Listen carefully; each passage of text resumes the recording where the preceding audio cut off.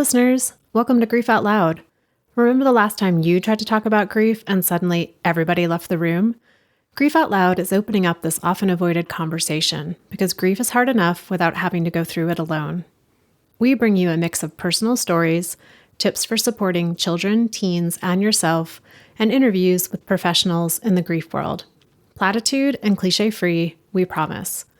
Grief Out Loud is hosted by me, Jana Cristofero, and produced by Dougie Center, the National Grief Center for Children and Families in Portland, Oregon.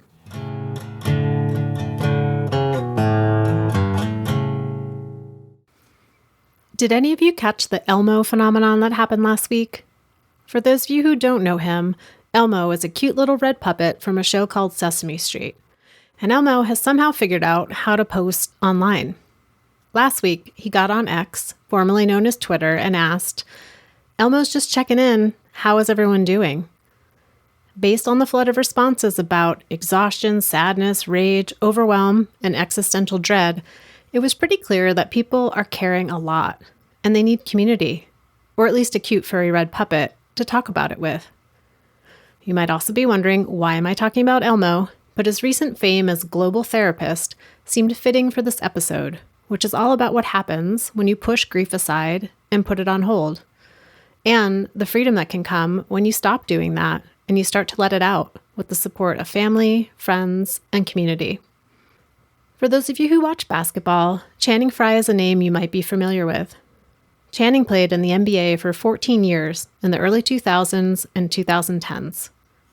Sports can be a roller coaster with high highs and really low lows. In the fall of 2016, Channing was on one of those highest of the highs, as his team, the Cleveland Cavaliers, had won the NBA championship back in June, and he spent the summer celebrating. Then the low came. Channing's mom, Karen, who had been dealing with cancer, died. And about a month later, his dad, Thomas, also died. Channing did what so many people do. He put his grief aside to deal with the business. He planned 2 funerals. He supported his family, he focused on logistics. And then, not long after that, he went back to work, back to practice and games and all the pressure that comes with that. His grief went with him, but he didn't have the space to feel it or the words to express it. So as it does, it came out pretty sideways. Eventually, with the support of his wife and his friends and a therapist, he did start to talk about it. And in talking about it and making more space for it, he found ways to engage with his grief that work better for him. In the end, these new ways of dealing with grief have helped him to be more present with himself and his family and the 8,000 other things he loves to do in this world, like giving back to his community and being the owner and co-founder of his wine label, Chosen Family Wines. Channing is a dad, a husband, a brother, a friend, a grieving son, and a kind, warm-hearted person. He's also super funny. And he's got a penchant for some salty language. So just so you know, you'll hear a few cuss words. Okay, here's my conversation with Channing. Channing, thank you for making time in the middle of what I imagine is a very busy week for you to talk with me for Grief Out Loud. Oh, thank you for having me. This is great. No, I always got to make time for these kind of things. And it gives me a break as my burrito comes from DoorDash. How do you want to introduce yourself today? What do I feel like today? I'm just Channing. I'm Channing Frye. I guess I was a 14-year NBA vet. Now I'm full-time dad. I'm a co-host on a show on TNT, NBA TV. And then I've done a podcast for the last 9 years called Road Tripping, which is great. And then I own a wine company. So today I feel like I'm more of a wine company podcaster than I do the TV basketball stuff. But today, yeah, I'll just say I'm Channing Frye, wine guy, dad, and podcaster. Well, and I imagine from your life as NBA player, as wine guy, as podcaster, you're pretty comfortable, or at least used to being on interviews talking about things like wine and basketball. And I'm wondering how are you feeling about being on a podcast all about grief? Pretty much the same. I think it is as a part of life. They're not like, there's a lot of feelings, but some of these things are factual, right? People are going to live, people are going to die. I think for me, that happened, 7, 8 years ago now. So I've had some time to work through things. And I think the more I talk about it, the less there's a stigma about it. So I'm pretty, I'm pretty happy to get on here and answer your questions. Sounds like you're quite game for it, which is Yeah. makes sense, having been a basketball player for many years. Yeah. What do you want to tell us about your parents, Thomas and Karen? Man, they did a pretty good job of raising me. I think they were always hustling. Some of the things that they did back then, I didn't really understand that I understand now. Both my parents are from Brooklyn, New York. They both had really good jobs when they were younger. They had me. My mom was 25, so youngish, right? And then I just had myself and my brother. We moved to Arizona due to a job. And then I remember in like 89, 90, I was 6 or 7. And that's when like my dad's entrepreneurial hustle, same with my mom, started to kick in. But I just remember them being grinders and just like making things work that shouldn't work. And then I remember, when it came to sports, for me especially, there was, they made sure that they didn't miss a lot of things and always wanted to make sure that it wasn't easy for me, but also I wasn't being taken advantage of or that people had my best interests at mind. Like they fought for that. And I appreciate it. And I just remember them being fun and being funny, and being big time like family people, big time family people. How did they respond when you first got drafted into the NBA?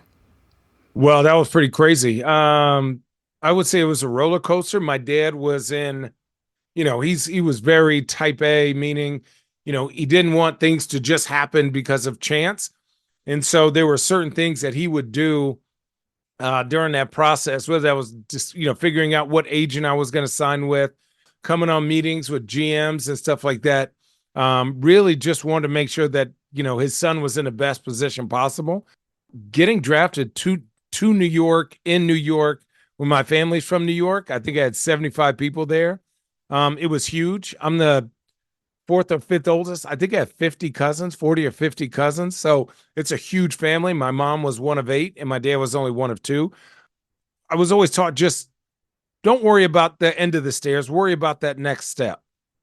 So all these things, all the workouts I was doing, all the, I'm talking to my son's 13 now, and people are talking about parties. And I was like, I didn't go to one party in high school, like literally not one.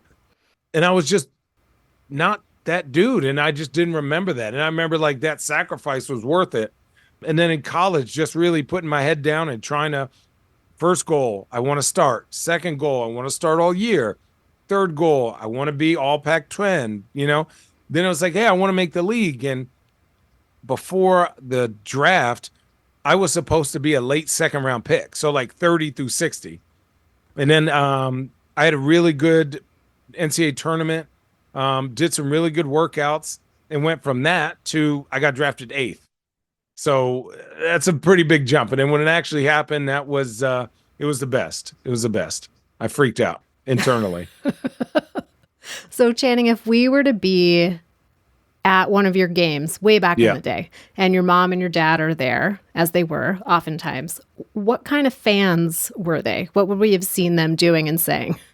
My mom is 100% that fan. Super proud mom, probably wearing my jersey, just a fan of just the game, right? She felt like even when I was in the league, everybody was still like my college teammates, everybody was still her son. My dad was a little bit more, and I get a lot of this, really intense and really like, well, why didn't you do this? Or why didn't they do that? And why did this happen? And I'm like, Dad, there's 82 games in the season. Like, and these are grown men. I'm 22, he's 32. So he has X amount of hours more than me of understanding this. And, they were just kind of living it up, right? They were just living it up and really enjoying being able to come watch the Lakers, right? Sit courtside at the Blazer games, at New York games. So it was awesome. And then take us to the time when your parents died and it was Right. just like a month apart. Yeah. Well, that sucks. Yeah. Yeah. So take us back there. Like, what do you remember about that time? I still work through therapy about that time. I shut down. Like I really, and this is honest truth. People can. I don't have the best memory in the world, which makes me a good shooter, right? So I forgot what happened 10 minutes ago. I'm like a goldfish. But like I remember plays from college or high school and things like that. So in 2016, that year, I was on Orlando Magic. We were the worst team in the league. Got asked for a trade on the trade deadline. 11:55. They said, Channing, you're either going to the Clippers or Cleveland, and it ended up going to Cleveland. So I went from the worst team on the league to the best team. We end up winning a championship in June. So February, March, because it's February 22nd or 23rd, March, April, May, June. So I had 4 months with that team before winning a championship from the worst. So bad team, great team, best championship ever. July, August, I'm at home. Obviously, you play basketball to be the best ever. And to come down from 3-1, to come back from 3-1 was next level, never been done. Getting parades in this city, partying in Vegas, like being on top of the world.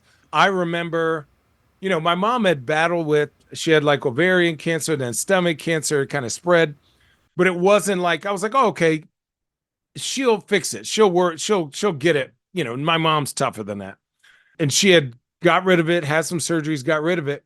And I remember I was at the World Series of baseball or a playoff. I was at a playoff game and I got a text, and we as a team had gone. So we're in a huge suite and we had all gone out. And I remember I was standing next to my guy, Kevin Love, and some other teammates. And my aunt sent me a picture of my mom, and she was like, Channing, I need you to get on a plane. Like, it's taking a turn. I like fell to the ground. It was in the bathroom, kind of locked myself in the bathroom and was crying. Like, grown man, like to go from that to that was crazy. That was crazy to me. That was the beginning of like when I just didn't know how to comprehend all these feelings. I now look at this picture of my mom who looks like a skeleton, right? So I get on the next flight out from Cleveland to, she was in LA at the time, to LA. I land, my cousin picks me up. I check into my room and they're like, okay, we're going to go see your mom and just be ready. She's holding on for you. So my brother, now I put him on a flight from Michigan to come. And so I landed, let's say 11. I see my mom at 12 with my cousin. My aunt is there, and my brother doesn't land till 3. And even to this day, it took me a long time to get over the sight of her. And I've been around death of other people, but never that feeling of like she's battling just to breathe, right? And laying in bed, and she doesn't have the strength to even talk. So I literally walk in, obviously bawling, and she just, little skeleton lady just puts her arm out, and I just grab it and cry. And then something happens where the tears stop. And I literally tell her, I was like, Mom, I'm here. I was like, you don't need to fight anymore. Like, I'm here. I love you. I'm proud of you. And we had gotten arguments about certain things where our relationship wasn't the best at the time. And I told her, I was like, none of that matters. And it never really mattered to me. I told her, I was like, that you can live these last few seconds or minutes or hours or however long you have with no guilt. I was like, here's a video of your grandchildren. They will be okay. We know you're going to take care of us, and hit her with that. Right. And was just talking to her for 5 or 6 minutes, and just holding her hand and, rubbing her head. Then they were like, okay, we're going to give her a few minutes to just rest. And then I was like, okay, now it's 1:30, 1:45. So my brother's supposed to land at 2:15. So I'm like, shit, I hope he gets here. So we go in the car. I'm talking to my cousin, and I'm just like, just if I had a backpack, fucking bricks on that back, like where your chest doesn't feel right. And I was more worried about my brother. I'm like, dude, he has to come say hi or bye or whatnot. And literally, I was in the car. and we're talking, and my aunt knocks on the door and says, "Your mom passed." Like, I walk out the house and go sit in the car, cry 5 minutes and pass. So I walk back in, mom's passed. And here's one thing that I think made me compartmentalize her death. And it wasn't bad or wasn't good. It just, I don't know if it was right for me. So my mom dies, let's say at 2 o'clock. My brother's landing. He's now bawling his eyes out. He has to meet me, wherever it is. I'm now in charge of removing the body, closing off her credit cards, closing off her phone. I am now go from 1000% emotional to all factual things. And that is something that people don't tell you, because I'm the only one, I'm the next of kin. And my dad is in Arizona and they had divorced. So I'm the one that she said had to do all this stuff. So I'm now like having to call this, having to call that person, having to call this person. So I'm putting my feelings to the side. Straight to business. Straight to business. It was fucked, to be honest, because I had to call my own dad, which now looking back, I probably, and he had his own health issues, but I'm pretty sure when I called him and told him that my mom died, that was the day that he died, because he wasn't the same after that at all. Like, he had no will to live or to change or to fight some of his own demons. And we'll talk about him. So you deal with that. Mom dies. She wanted to get buried in Brooklyn. I'm going through all the organization with that. Somebody, my aunts are helping me. So two sides of the family. Where does she want to get buried? What is this? What is it? And I'm in the middle, and I'm just like, I don't give a shit. How much does it cost? What do you need?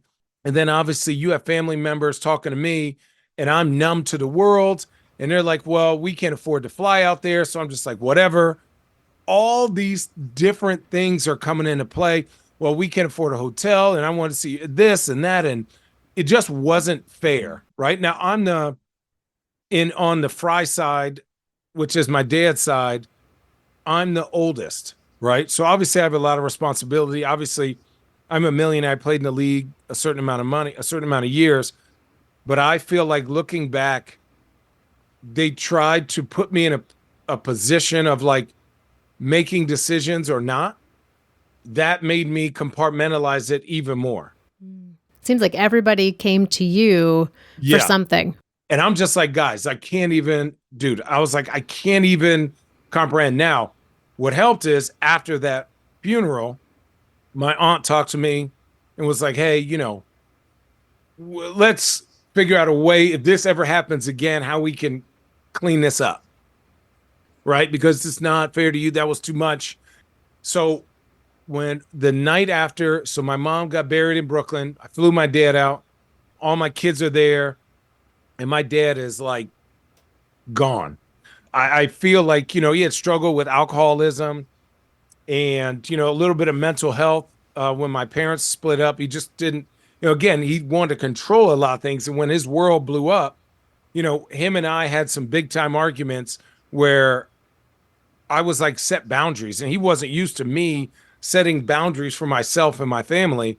And he took that as, oh, I messed up this relationship. And I was like, no, like, I want to start as, you have to look at me as a man. I'm not just your child anymore, right? I have my own family. Like, when you come with me, you're in my house, and I want to treat you as obviously my dad, but you also can't take advantage of the things that are here.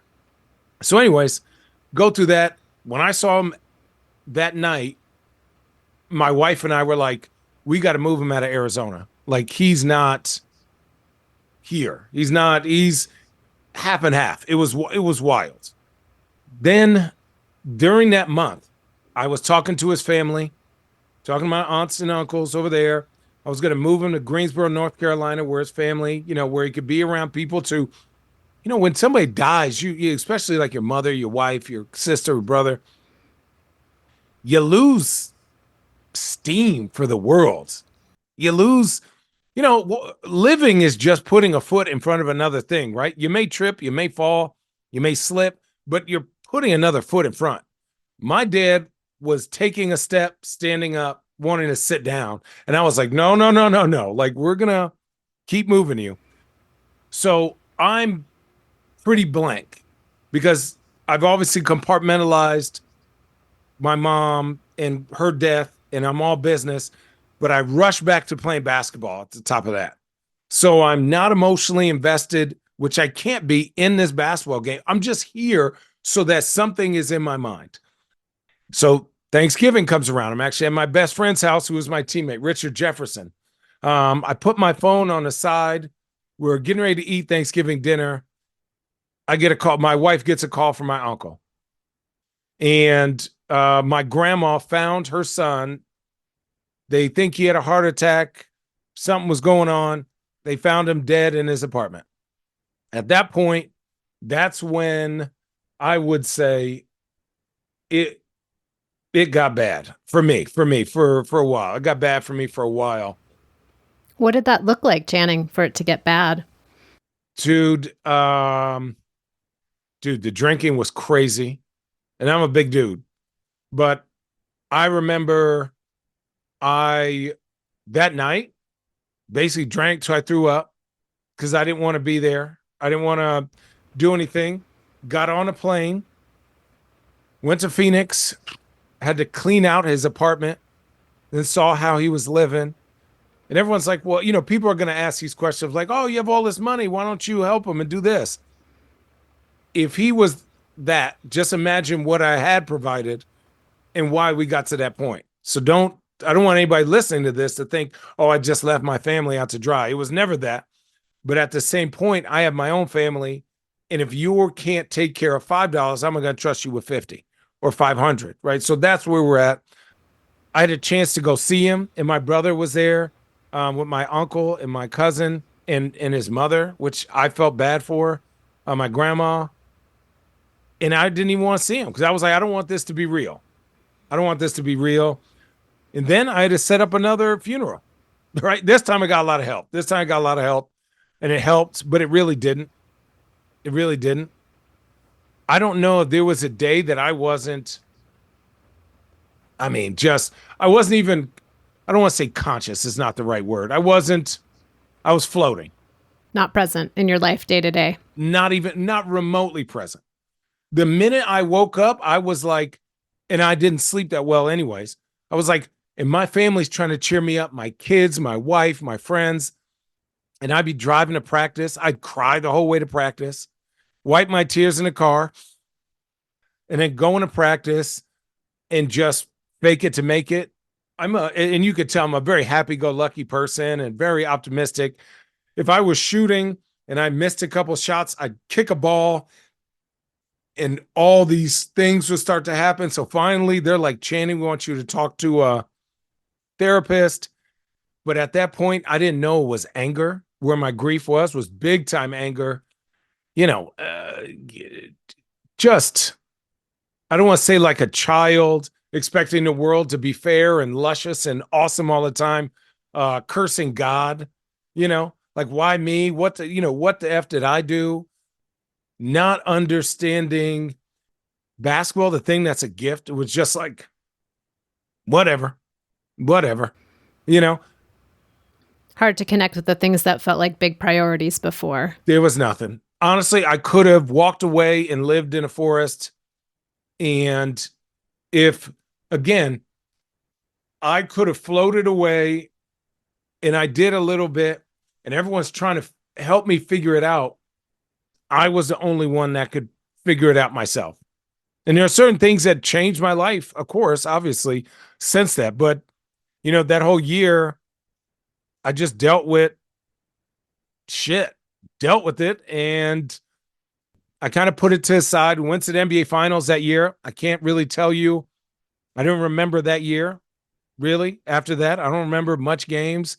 I don't remember having any joy for going to the NBA Finals. I don't have any, real relationships because I wasn't even present. So you're not talking to Channing, you're talking to a shell. So I had obviously tucked away those feelings. One thing I talked to my therapist about, and I know I'm being long-winded here, is your body reacts to certain dates, even though you don't know why. So today, I forgot, is actually my mother's birthday. So my wife reminded me of it. And certain days I feel energetic, certain days I don't. But today, of a lot of days, and like my dad's birthday, now, I feel a lot different, right? I feel that I could talk about these things. It's funny that we're doing this on this day, right? But on Father's Day, when I came home that next year, I wasn't even paying attention to anything. And they were like, hey, today's Father's Day. What do you want to do? And I'm like, nothing, right? Sit around. And so, my friends are like, hey, it's Father's Day. We're all have kids. Let's go. And they're not being malicious and they're not, they're just like, hey, let's just go grab a drink and get you out the house and listen to music and watch sports. And I remember in my 40 years of living, that was probably one of the drunkest times I've ever got. And without consciously feeling something, right? Yeah. And this was the first Father's Day since your dad died. First Father's Day. And I was like, okay, I'm fine, like I'll be fine, right? I'll be good. No, was not good. And then that's when the wife was like, you got to see somebody and do this and do that. And I was like, no, I'm just fine. Okay, like I'll be more conscious of these excerpts, these blips. I would start to have these, if I drank like on Thanksgiving, or even if it wasn't a lot, get crazy emotional. And my wife was like, Channing, you got to do one of two things. You got to stop drinking, or you got to take care of yourself so that you could be present. And you love wine, where this wine should not be your excuse for getting rid of all these feelings that you have. It came to this. I have 4 kids, and I was on an airplane, and I had talked to this lady, and she was like, oh, randomly was like, oh, I remember your parents. I went to Blazer games. I had seen them, blah, blah, blah, blah, blah. And I don't know why this random Tuesday or Wednesday when I got in my car, no drinking, no nothing, just bawling. I remember yelling in this car as I'm driving home like a little baby, of like asking my parents why they quit. Why would you not want to live for your grandkids? Like, screw me. My grandkids don't get an opportunity to go to grandpa and grandma's house except on my wife's side, right? But I'm like, the joy that I get from that, I'm like, how do you not want to fight for all this? And it wasn't fair that I put that on them or myself. When my wife saw me in the car, she was like, all right, that's enough. So,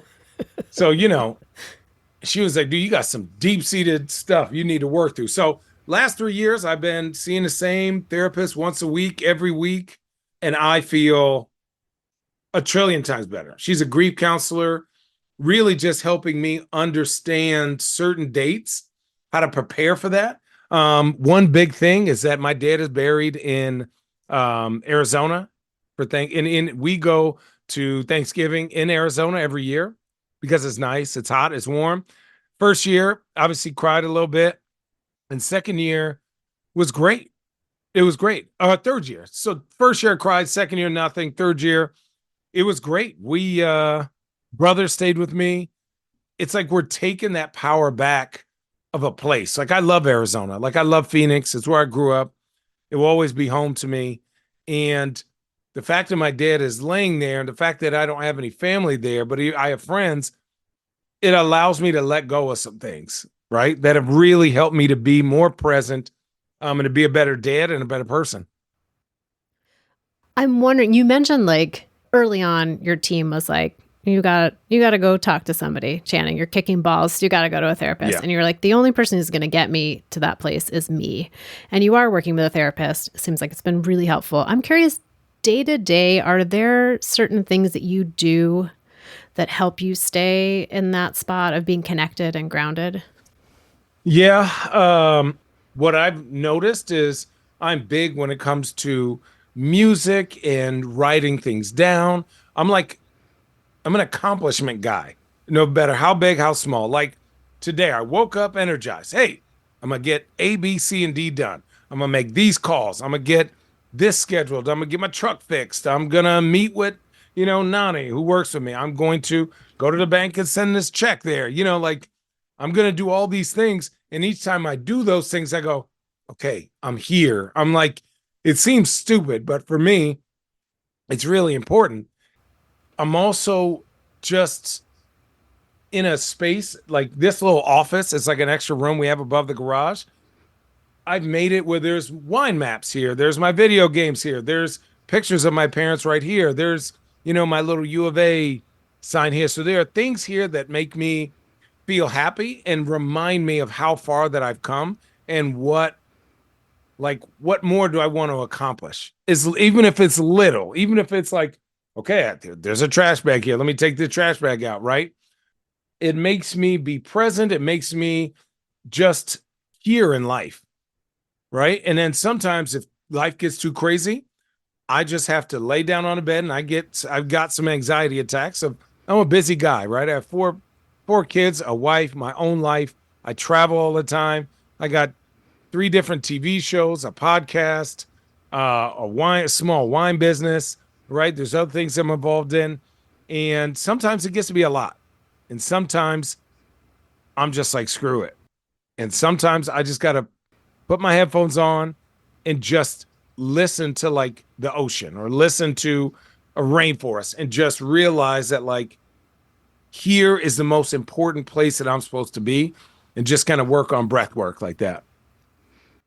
In all of those things, and I'm sort of chuckling a bit because it sounds like something such an athlete would do, right? Like, Yeah. Oh, what's yeah. my workout schedule for today? I got to mark off the things and all the things I'm going to get done.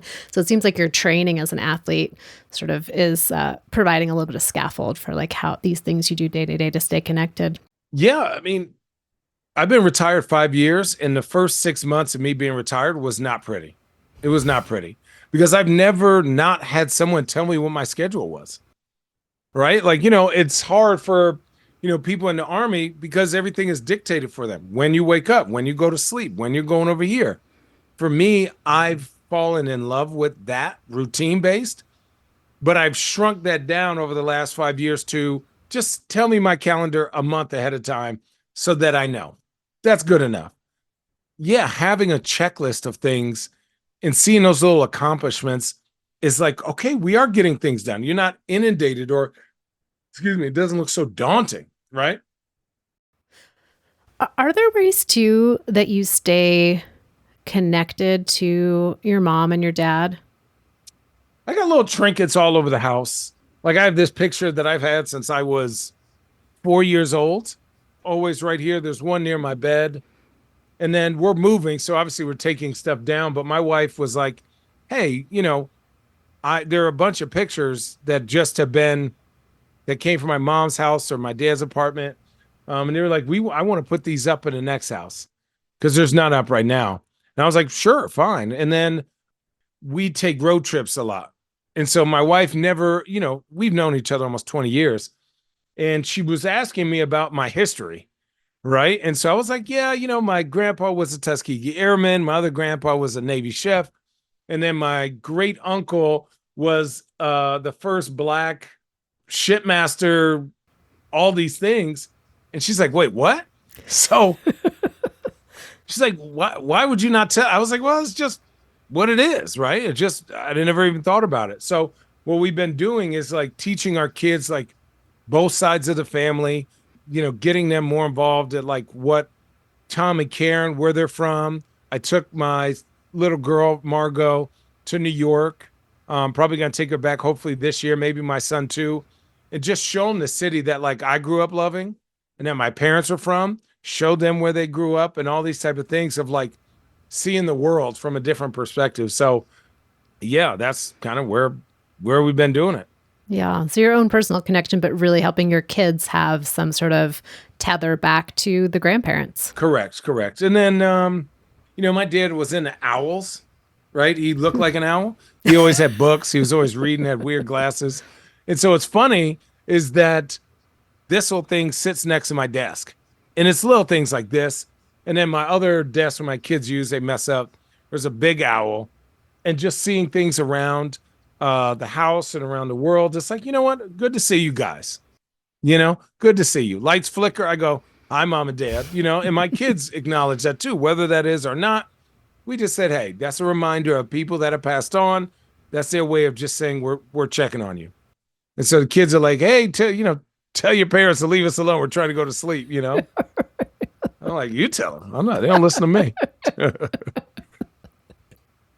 I'm just curious with this idea that, like, about 3 years ago, you really started to delve into your grief with your therapist. And it's been maybe a little bit even more recent to be going so public Right. with your grief, to be talking about it and having it be part of your sort of public persona. And what's that been like?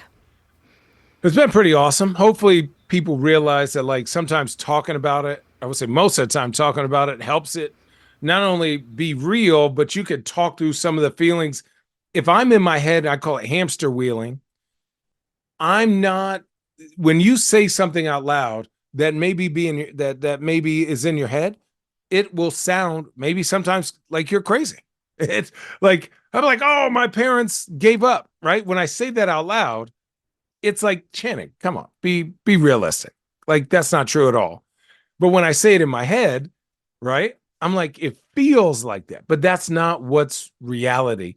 And I think for me, talking about it, I've got a great response. I think people who else have dealt with grief can understand that, like, it's okay to not be okay sometimes. There are certain days. There was a song, Led Zeppelin, which is a wild song, and I'll tell you a story about that in a second. There's Led Zeppelin. It's like the rain song, and that is my song. So that's a song that is on a playlist, and I'll put that on repeat, and I could just sit and acknowledge that, like, I am upset or sad or mad that my parents are not here to help me be a father, to be a part of the success that I've had in the NBA and as a new man, or the places I get to go see in this world. I would love to share with them, but it happened. And so I said, hey, just come with me. You are with me in spirit. And so, I want to continue to want those things for myself, but also for them to see it through our eyes, and to watch their grandkids, get raised by a good man. Well, Channing, I'm sitting in a lot of deep appreciation for you finding the words for your grief and feeling like you're ready to share them with me, with our audience, with the world that gets the opportunity to listen to you. And, before we wrap up today, I wanted to just talk just briefly about your wine label, the thing that you are super passionate about now. And I was really struck by the name, Chosen Family Wines, and wondering, is there a tie back to your grief in that name? Huge. One thing that was never in my radar, there was always basketball. And plan B was making sure that plan A worked. And, we talked a lot about drinking. We talked a lot about those things on this podcast.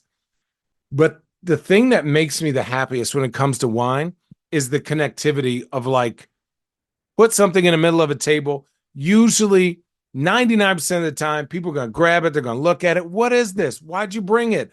And somebody's going to say this, man, I either love this label. I went here. I'm a member here. I had the greatest time. This is some delicious juice I thought you would like. So that act of unselfishness, of just thinking about somebody else's palate or what they're eating, or, hey, I want to share this wine with you as we cook together, right? That thing has become a huge part of who I am and who I was. The name Chosen Family comes from, I have one brother and two cousins that I really talk to weekly, daily, whatever it is. When I get an opportunity to be with my brothers and my boys that I've known for 20 plus years, they're my family, right? But the people that you get to choose to spend time with, that hold you accountable, that lift you up, that, keep you real, or people that you trust with your family and your wife and your house and your car, they become your family, almost sometimes more than blood.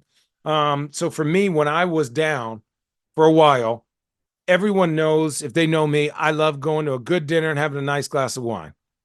So they'd be like, Channing, get out of your room. Do not stay in your room by yourself. Come on, we're going to go to this Thai food. We're going to go get pizza, and, we're just going to talk and laugh. And that literally, they didn't know that started to heat the coals up for me for life. during that time, I was like, I have my family. Is this basketball thing worth it? Is this worth my time? Do I even have anything left? Right. And obviously I retired in 2019. So 3 years later, but for different reasons. But it had part of it because I was just like, my fire for this is not 100% anymore. And I'd get hurt, or I don't want to get hurt. I don't want somebody to roll me off this court. I want to walk off this court, right? With good relationships, with good energy. And I love basketball and I love wine. And this is a new part of me that I don't know if my parents ever saw, but they would always see me because I've never seen a vineyard before I moved to Oregon. When I came here and saw one vineyard, every summer I wanted to see all the vineyards. I wanted to meet all the winemakers and ask them 1,000 questions and try all the barrels. And when you go wine tasting, as you know, you talk 90% of the time. You ask questions. And as we see from the podcast, I could talk my ass off. But the best thing about it is I get to listen. I get to listen to people. Why do you like it? Why do you want this? Look how beautiful it is. Does this remind you of something? And sometimes you sit in a rocking chair with a nice glass of Chardonnay and you just look and you just reflect. So it allows me to be who I am going to become. And it's also a reflection of where I've come. Basketball will always be with me. It's always part of Channing. This wine part is new and exciting. And I know that my parents would be proud. And listeners, I know you can't see Channing right now, but he's sitting in front of a wall of basketball shoes. So he speaks the truth when he says basketball will always be part of him as well. Always. Well, Channing, thank you again for this time. And I'm curious if listeners want to hear you talk some more or get connected to your wine label or just follow some of the things that you're doing. What's the best place for people to head? Easy. Social media. So the other podcast that I do weekly is called Road Tripping. We've been doing that about 8, 9 years, maybe. And then I'm on TV, NBA TV every Friday. It's a show called Handles. It's fun. Social media wise, Channing Frye, and then Channing Frye for Instagram and Twitter.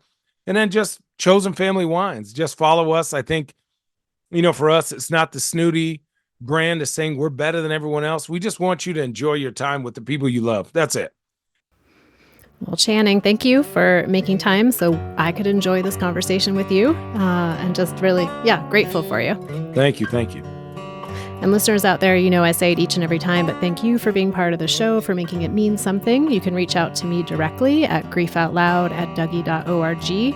It's dougy.org. That's also our main website where you can find all of our information about our local programming, our free downloadable resources, and each and every episode of Grief Out Loud.